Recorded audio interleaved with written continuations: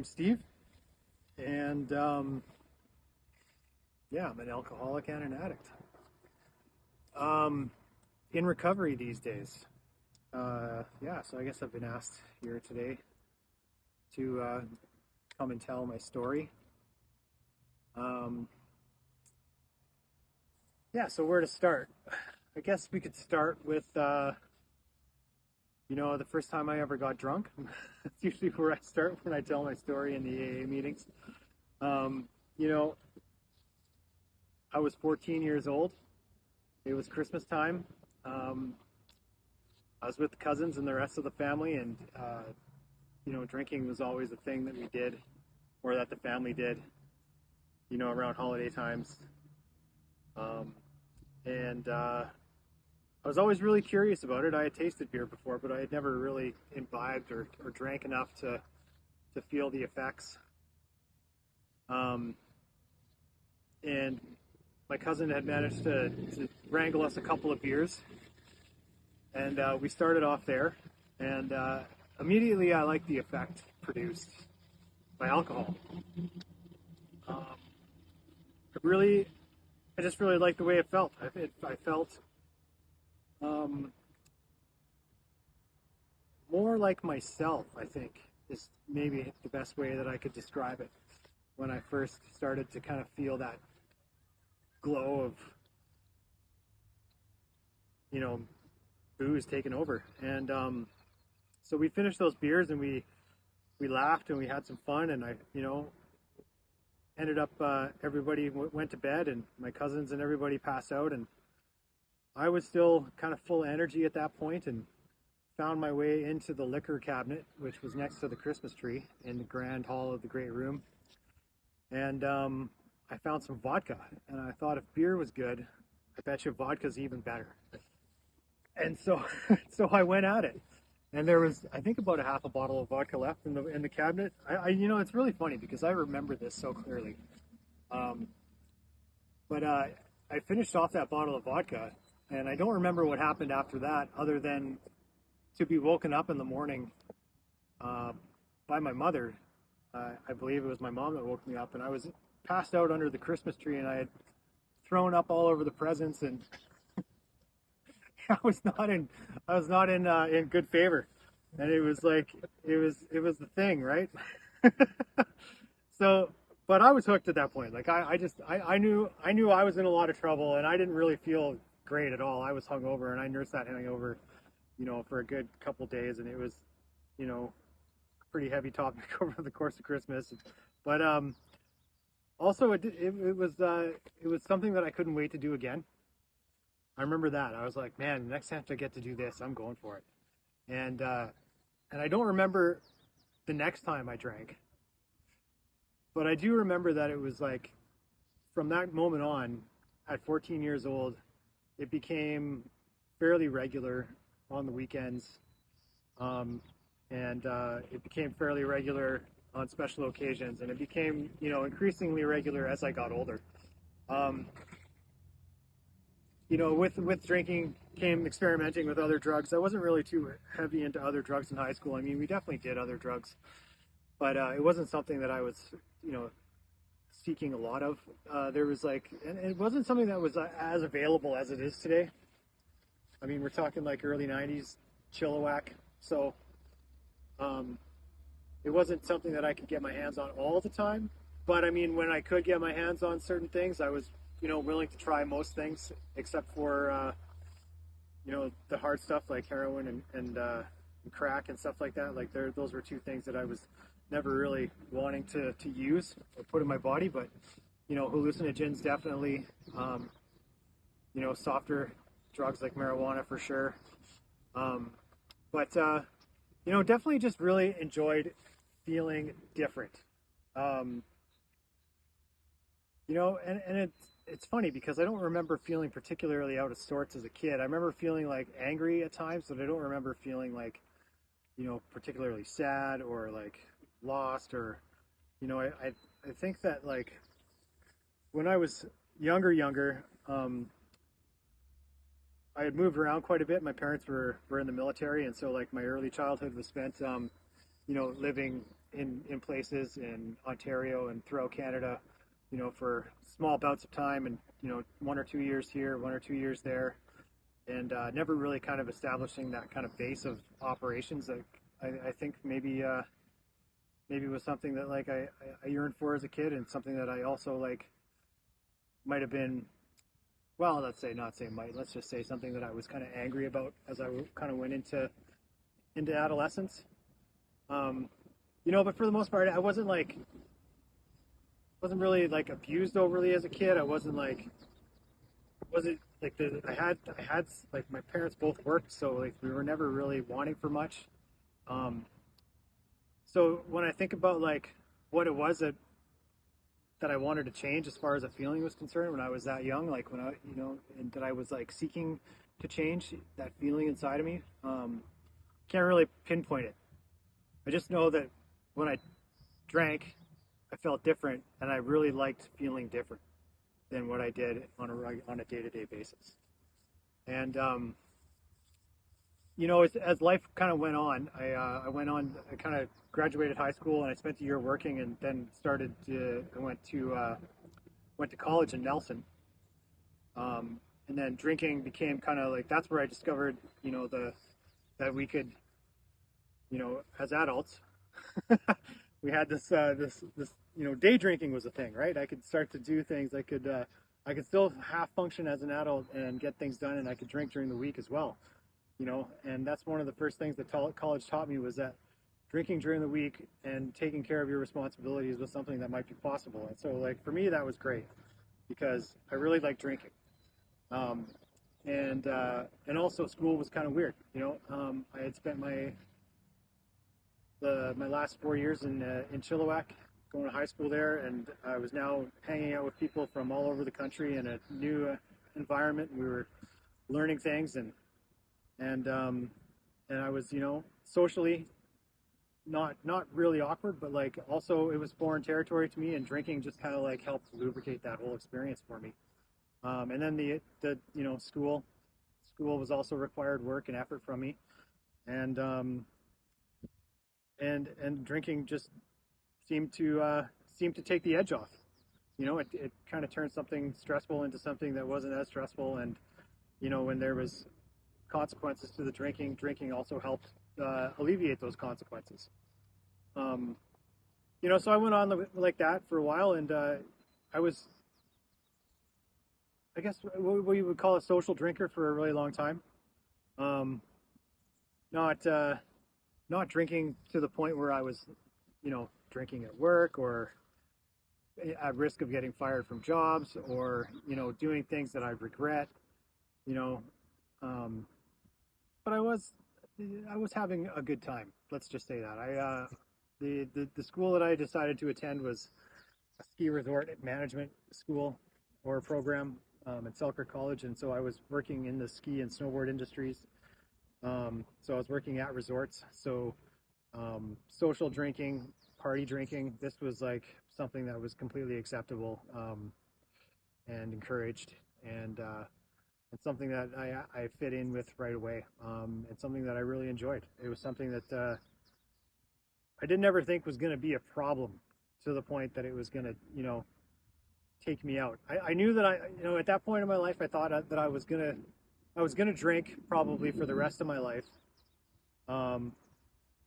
But I wasn't ever going to be somebody who you would see on the street, or that you would see in a liquor store, or that you would see in a hospital, and you would say, "Holy crap, that guy's had a go."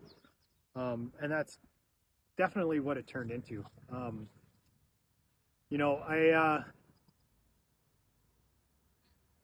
around my mid-20s, I started to use cocaine recreationally, and we all know what that stuff's like. It's not a casual drug. Um, and on that note, it's also a very expensive drug, and I wasn't really willing to steal to use it. So I was kind of still able to kind of keep things at a relatively short, like small pace with those kinds of drugs, and until the drinking and it got to a point where neither of them was really affordable anymore. And I remember I had injured my knee, and I remember thinking to myself like, oh geez, now I can't work. Well, now I can go on EI, and I was, which was kind of, attractive to me at the time because that just meant that I could, maybe just kind of relax for a bit. But also, it was kind of really terrifying for me at the time too because I had no idea how I was going to make money to pay rent or how I was going to be able to feed myself, let alone how I was going to be able to afford drugs and booze. But luckily, I knew a guy who offered me a job opportunity as a drug dealer, and so I was, able to. All my worries were gone at that point. Let's just say that. But with Pandora's box comes a lot of unforeseen surprises, right? So it didn't take me too long of living that lifestyle for health problems to start to present themselves. At this point, I was a daily drinker, daily user, and I was. It was the first time that I ever kind of felt like the effects of withdrawal from alcohol, where if I didn't drink, I would start to feel physical effects. I would start to feel psychological effects, and I would, start to crave booze to the point that it was almost unbearable. Um, and then something weird started really happening. I started to get a lot of swelling in my legs and shortness of breath, and um, I think I was 32 years old at this point. So when I went to the doctor with these problems, they were right away, it didn't kind of hit them what was happening. And so they kind of sent me on my way a couple times. And it took a trip to the emergency where I could barely breathe and, walk a couple of steps before I was like ready to collapse, that they decided to do some, tests on my heart. And they found that I had a clot in my left ventricle, and my left ventricle was almost double in size, and my heart was failing. And so I was airlifted out of where I was living at the time, which was at Fernie, and sent to Calgary, where I spent 3 months in the ICU. Basically while that clot dissolved, and while my kind of body kind of came back to some semblance of normalcy. And I think that was also the first, I talked about the first time I ever kind of had a physical withdrawal from alcohol, and this would be the first time that I ever felt the absolute insanity of what addiction is like, because I remember getting out of the hospital knowing full well that I had to change what I was doing. I knew I had to change my lifestyle. I knew I had to figure out a way to stop drinking. But, one of the first things I did when I got out of the hospital was get a beer. And I remember thinking that was fine. One was okay.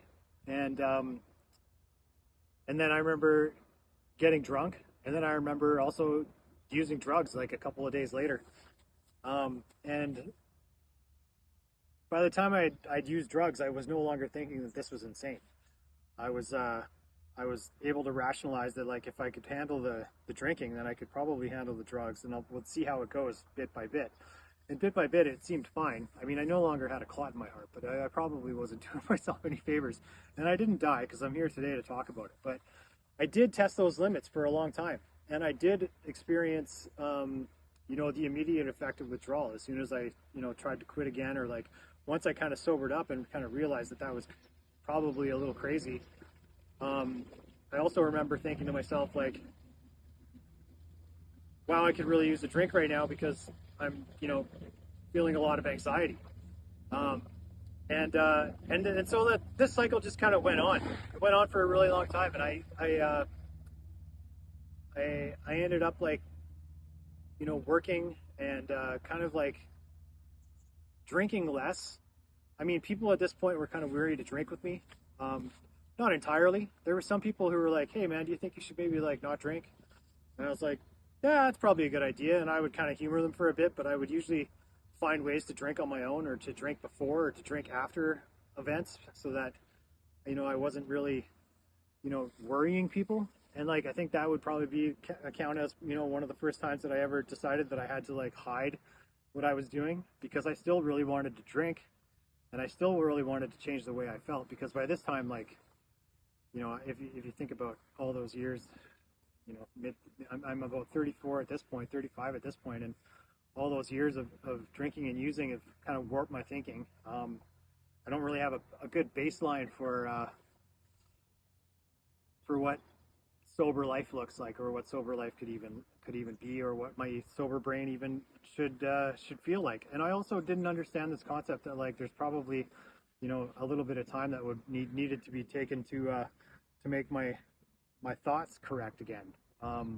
Because, well, just because. I mean, I had just thought that the normal thing to do was to drink daily, and to use that as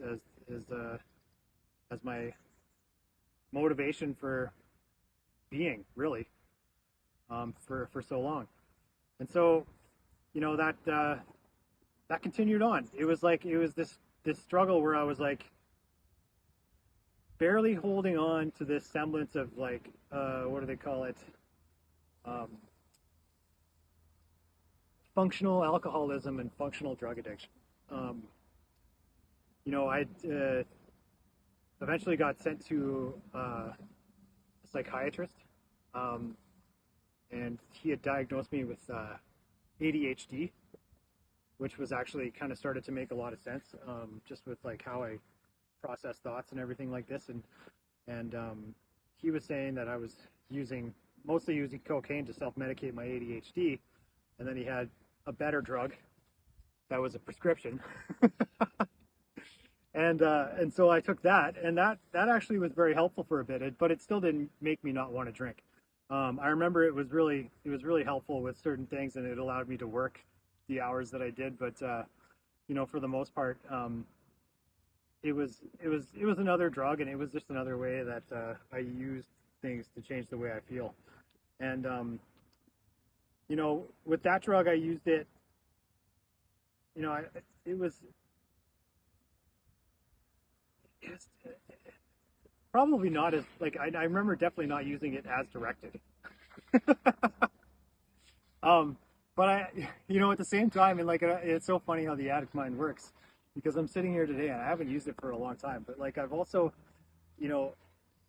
I just admitted to saying I didn't use it as directed, but I also was just about to say that maybe I wasn't addicted to it, but, like, sometimes you got to say stuff out loud for it to make sense, right? But the booze was always my main issue. Like, I could stop using that drug for extended periods of time and not have to, and, like, be like, that's fine, whatever. I don't need it. It's okay. I can manage without it as long as I can drink. And to me, at this point, drinking was like something that I needed to do to feel normal, which I mistook as something that I needed to do to basically enhance my performance. So, like, my normal was enhanced performance, which was drunk. Not totally drunk, but it was drunk, which is completely insane, but at the same time made a whole lot of sense to me for some reason. And then, I kept that going. I kept that going for maybe 3-4 years. I was able to actually, I got married in that time. I fell in love with a girl. She fell in love with me, and we got married. And of course, like, I'm divorced today, but, like, I went drinking at that point was something that I was trying to quit when I had met her. And I'm sorry, this story is kind of, like, all over the place, but that's just basically how my life experience was from the time I was, like, 29 years old till I was about 38. There was a lot of things, but the only real glue to it all was that I was drinking and either trying to quit or not quit. And the not quit part was pretty intense. And so these memories come back to me in a lot of fragments. I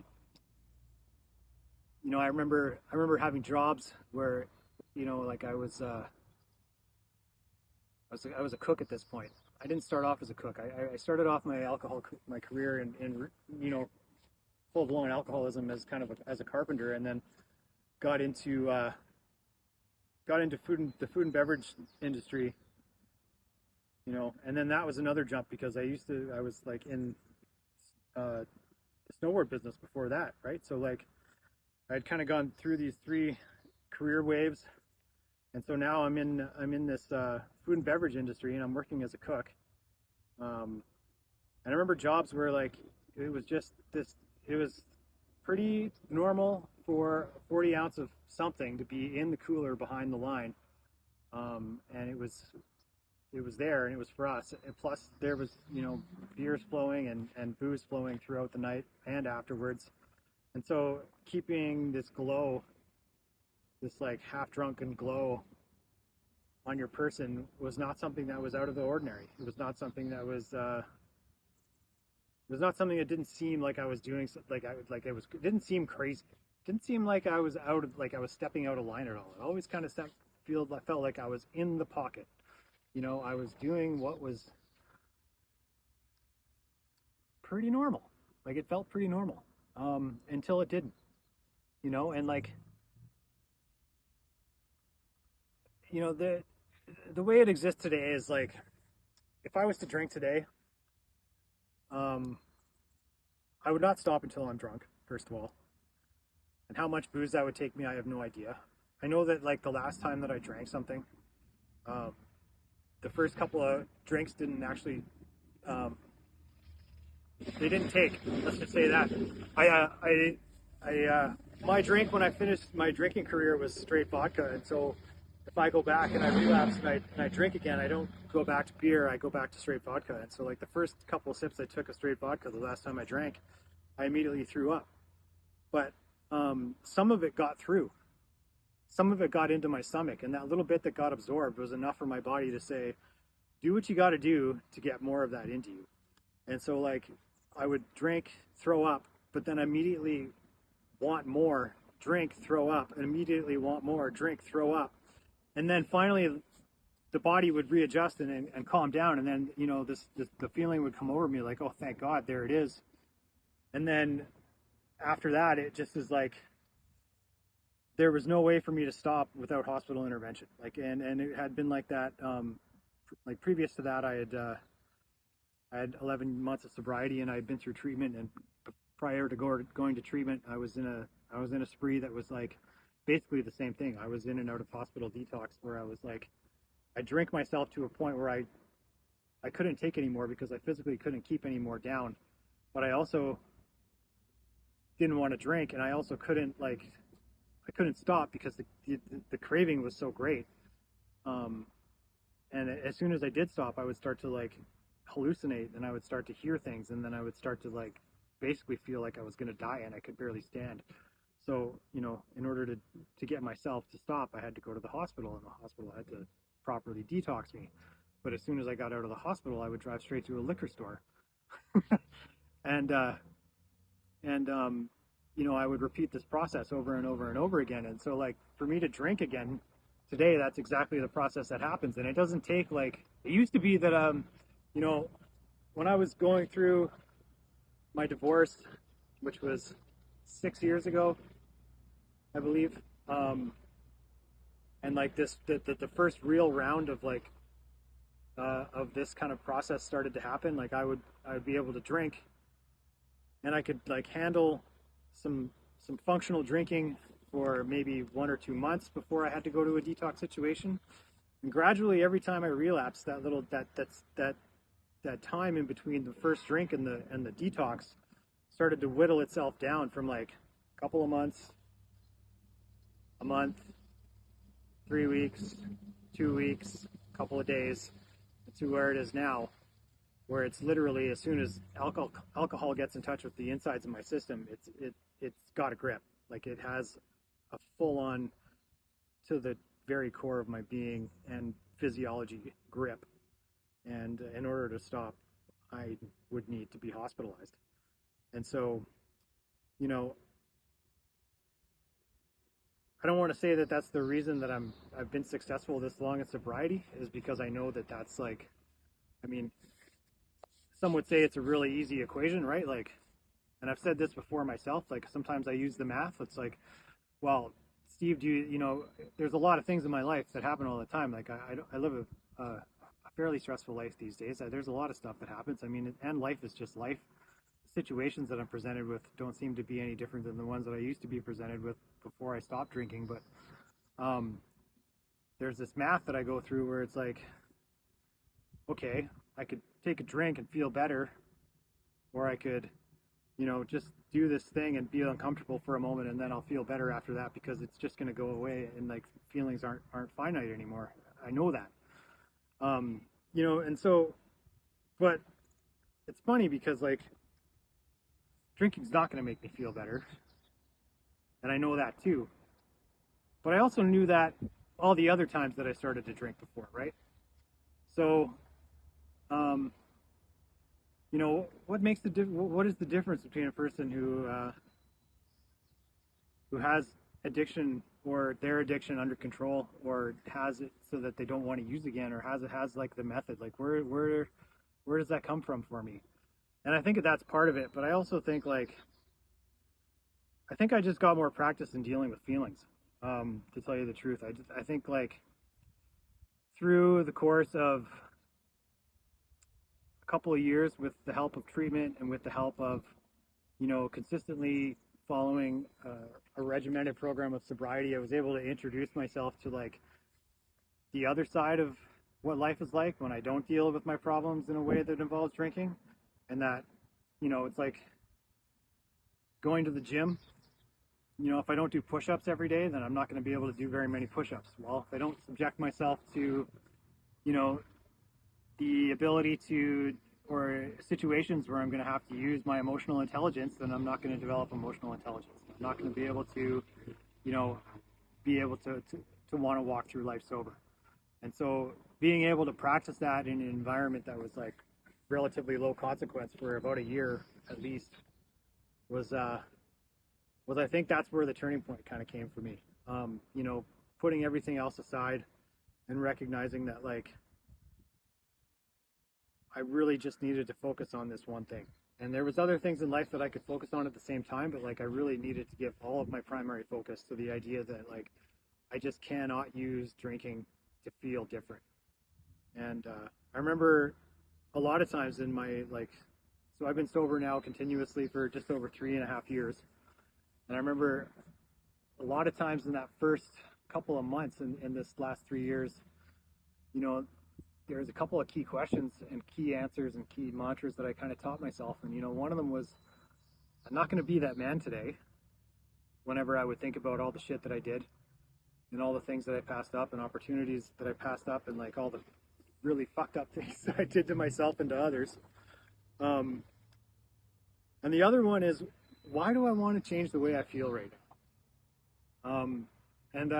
Really kind of get into grips with that, because like that would happen to me all the time. And like I found the most times that I would want to, that I was at risk for relapse was when things were going really good. When things were starting to, come together, and I was kind of getting into a pattern of like, oh, okay, now your life is like starting to feel the way it used to feel. You've got your shit together. It's Friday. It's a payday. You've got your bills paid. You have friends. You're doing things. You feel good, and then that's when I would get an urge to drink, and I would want to change that. I would want to either enhance it, or I would want to like, I don't know, change it. I just wanted to change it. I didn't, that feeling to me was just so. It was something that like, yeah, I don't know. It was just something that I just wanted to like either expand upon or just change fundamentally. And so asking myself that question, like, why do I want to change the way I feel right now? Usually got me to the point where it's like, well, I don't actually, because I feel good. And then, another question was too, and it's like, if I could feel any way else than the way I do right now, what would it be? That was another really good question that I ended up learning to teach myself. And, with that, of course, comes the realization that if I felt like shit, or I felt anxiety, or I felt scared especially, if I was afraid of something, if I was like, you know what, I feel afraid right now, I didn't have to feel afraid. Making that realization was like one of the biggest things that I ever learned, was like, if I'm afraid, I don't have to be afraid. Because for the most part, I live in Canada in 2024. You know, there's not a lot of things to be afraid about in my immediate vicinity. And so this fear that I'm feeling is, you know, it's not real. And like, what's it really about? 90% of the time it would be about something that was going to happen 2 or 3 days from now, you know? And so like, what can I do about stuff 2 or 3 days from now? You know, and so like this idea of practicing presence, you know, like there's all these concepts that they teach us in recovery, and they're broad concepts, but it's like, until I was able to make like a personal, like a very personal kind of like practical like link to them that I could use and like go back to every day, I was like constantly feeling like I was on the verge of relapse. And so I don't feel like that today. You know, I feel pretty good. I feel pretty strong in the sense that there's a lot of things that can come my way, and I can go through a lot of things, and I don't have to. I definitely don't want to drink about it. That's for sure. I definitely don't want to like train my body to drink again, so I can train my body not to. Seems kind of silly. And you know, there's a lot of things that I could definitely have regret over, but it's also not anything that's going to help me right now. So I just kind of try to focus on exactly what it is that I can do in this moment to show up. They teach us honesty, open-mindedness, and willingness in the program of Alcoholics Anonymous, and I always try to go back to those. Open-mindedness. Things aren't always going to look the way I want them to look. They're not always going to pan out the way I want them to pan out. 99% of the time, it's going to be better. You know, so I just have to learn to accept that, and I have to learn to accept that I am where I am today, because that's where I am today. And you know, this idea that I spent a lot of the years of my life drunk and afraid, and manipulating people and lying and stealing. That's fine, actually. I'm really sorry I did it to whoever I did it to, but at the same time, like, that story is what brings me closer to other people that are trying to get clean right now. And that's another thing that helps me out these days, is doing my best to be in the middle of people like me who just couldn't quit, and are just looking for a way. They're looking for that, like, they're looking for those questions that they can ask themselves, or they're looking for like the things that they can do with their days, their day every day, to like be able to not make the first answer to every problem, let's drink about it, or let's smoke about it, or let's snort about it. So yeah. I don't know what else to say. Did you witness drinking? Oh yeah, there was drinking in the home when I was growing up. The family they were all drinkers. My dad wasn't a drinker, but my mom and my mom's side, we didn't really know that my dad's side of the family very well. My mom's side of the family, they were, yeah, pretty heavy drinkers. Yeah. So when you were going through the struggles in the late 20s, early 30s, were you hiding this from your parents at the same time? So you weren't living there, but as you were going through starting to struggle, were they aware of this? No, I don't think so. I think like my drinking like presented as pretty normal up until the point that I went into a hospital. Yeah, because like I wasn't sharing with them, you know, the extent of my drinking, especially like in my early 30s, you know, and like my extracurricular activities, whatever else I was doing, I wasn't living close to home at that point. I think when like my late 20s, we were drinking quite a bit. Like we were drinking. I was working for a construction crew at the time, and we were kind of drinking.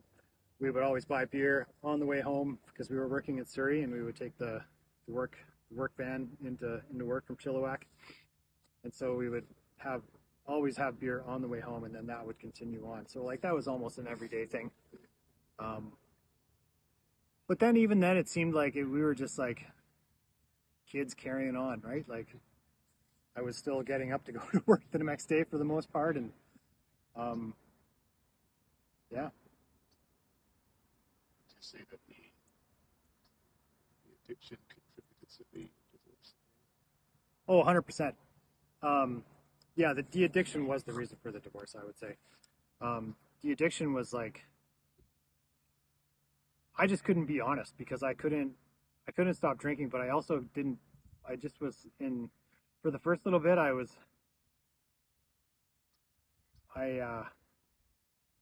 couldn't not drink, and then I couldn't hang around people that were drinking, and not be like just a dick or an asshole or like, boring or whatever it was, right? Like it's tough for a person. I know in AA they talk about it. It's like if you're spiritually sick, and you, like I still was, like obviously, like I wasn't in a place where like I had the confidence, or I even kind of knew myself enough, or I was like thinking clearly enough to be sober amongst other people. And so if there was any, and we were pretty social people, and most of those social gatherings involved drinking, and it was quite a bit of heavy drinking at the time. And she also worked in the food and beverage industry too, so she didn't want to give up drinking. It wasn't something that was in our wheelhouse, right? So the booze in all its shapes and forms, and all the ripples that come with it were 100%. And then it just like, that just compounds on.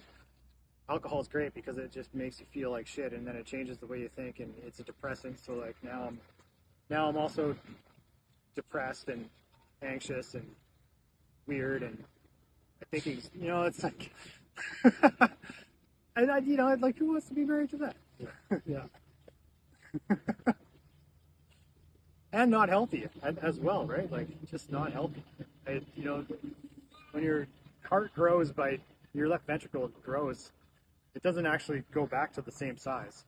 So I still have heart issues to this day. I'm not, it doesn't work at 100% capacity, but like, it's something that I still struggle with. That knee injury that I had that introduced me to the world of drug dealing, I still deal with that too, because, I didn't really take care of it for the first couple of months that I had it. And then also, doctors probably didn't want to operate on it, but yeah. So where are you now, Steve? What are you doing? What am I doing now? Well, now I own a business in Powell River here called The Convenience Chef, and I cook food, and I'm pretty active in the communities of Alcoholics Anonymous and Narcotics Anonymous, and with the Miquelon Recovery Society. And I like to ride my mountain bike and snowboard as much as I can. And what else do I do? What I was really proud of is how good I am at being bored. I was thinking about this. Well, on more than one occasion, I live alone now, and I can just kind of sit at my house and in a room with the sun coming in and kind of look out. I have a nice view out of my house here in Powell River, and I can just sit there, and I don't have to feel like I need to do anything, and I can just kind of stare off and be content, which is not something I could ever think that I would ever be capable of doing. So that's cool. $1 million question. Money were no object. If money were no object, what would I do? Well,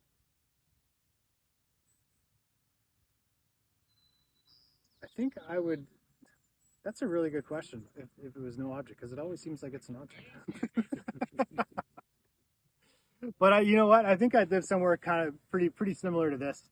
The only thing is I wouldn't cook as much as I do. I think I'd spend more of my time outside doing the activities that I like to do. So I'd probably be in a place that had access to both mountains and the ocean, and would be on my bike, or on skis or snowboard. Um, you know, those are my loves. Those are the things I really like to do. And I think I would probably, the cooking that I would do at that point would be kind of more focused on things that are really a lot more intentional and a lot more special. I think I would start to create a lot more experiences around them that are just very like. I think I would try to be more artisanal about it. One-offs where they're like very impermanent, where it's like a one chance opportunity based around a theme that's never going to come again on a time of year, and an ingredient that's only available for a limited amount of time, and invite people, and, maybe charge them whatever. If money's no object, we don't charge. So yeah. Cool. Very cool. What would you say to? Did you ever think that you'd be here now? Say Steve 10 years ago. Do you think that Steve would be here? I don't think no, Pell River was not something that was on my radar. But here, sober, I was trying to get there. I was hoping that I could get here. I don't know that I knew that it was going to look like this. Like, I didn't, like the business path, I didn't think I was going to own my own business. I always thought that I was going to, I always thought that the best jobs were the 4-on, 4-off jobs where I could work for somebody else and then make overtime of some sort. But with benefits and things like this. But I actually had one of those jobs with the Alberta government for a while that had benefits, and I mean, it's just a job, just like any other job, right? So yeah, to be here in Powell River is a good surprise. It's not something that was on my radar because it wasn't something that like it doesn't have a ski hill. And I mean, if you live here, you know that there is a ski hill just over there across the water at Mount Washington, and there's ski touring here in the Knuckleheads. But I never would have been attracted to this place if I hadn't been brought here by a person I was dating at the time. And yeah, it takes 2 ferries to get here, so I would have just thought that was a pain in the ass. But I ended up coming to help. Like I said, I was dating a woman at the time, and I helped her move here, and I kind of fell in love with the place. And luckily for me, I was just sick enough of my job at the time to kind of say that's it. And I was also sober, so I was able to make some choices and line some things up that brought me here. So Life today? Yeah, life today it's good. I mean, it's life's a tricky thing, right? It's not all buttercups and roses, and it's not easy. And but it's total at the like once I get to the end of the day, and I look back on it, every day I look back on it, and I feel good about it, and I sleep really easily, which is also something that it was like really hard for me. I mean, as a practicing alcoholic, we don't sleep, we pass out, and then even then, like that's always interrupted by the next craving for drink, and so sleeping for me was something that it was a skill I had to relearn. There was always a lot of anxiety accompanied with like that first part of laying down to relax to go to bed. And so now, like that's kind of like one of my metrics is like, am I falling asleep? Am I able to fall asleep? And like, yeah, I go home and when it's time for bed and it's early, like 10 o'clock, I'm tired and I fall asleep. And I wake up at a decent hour and I feel rested. So that's good. I mean, I don't wake up every day rearing to go. I do have to take conscious steps in my mornings to like put myself in the right frame of mind to kind of get to that point and to remember that at the end of the day, everything feels good. So, but it's definitely like leaps and bounds from where I was before. Yeah.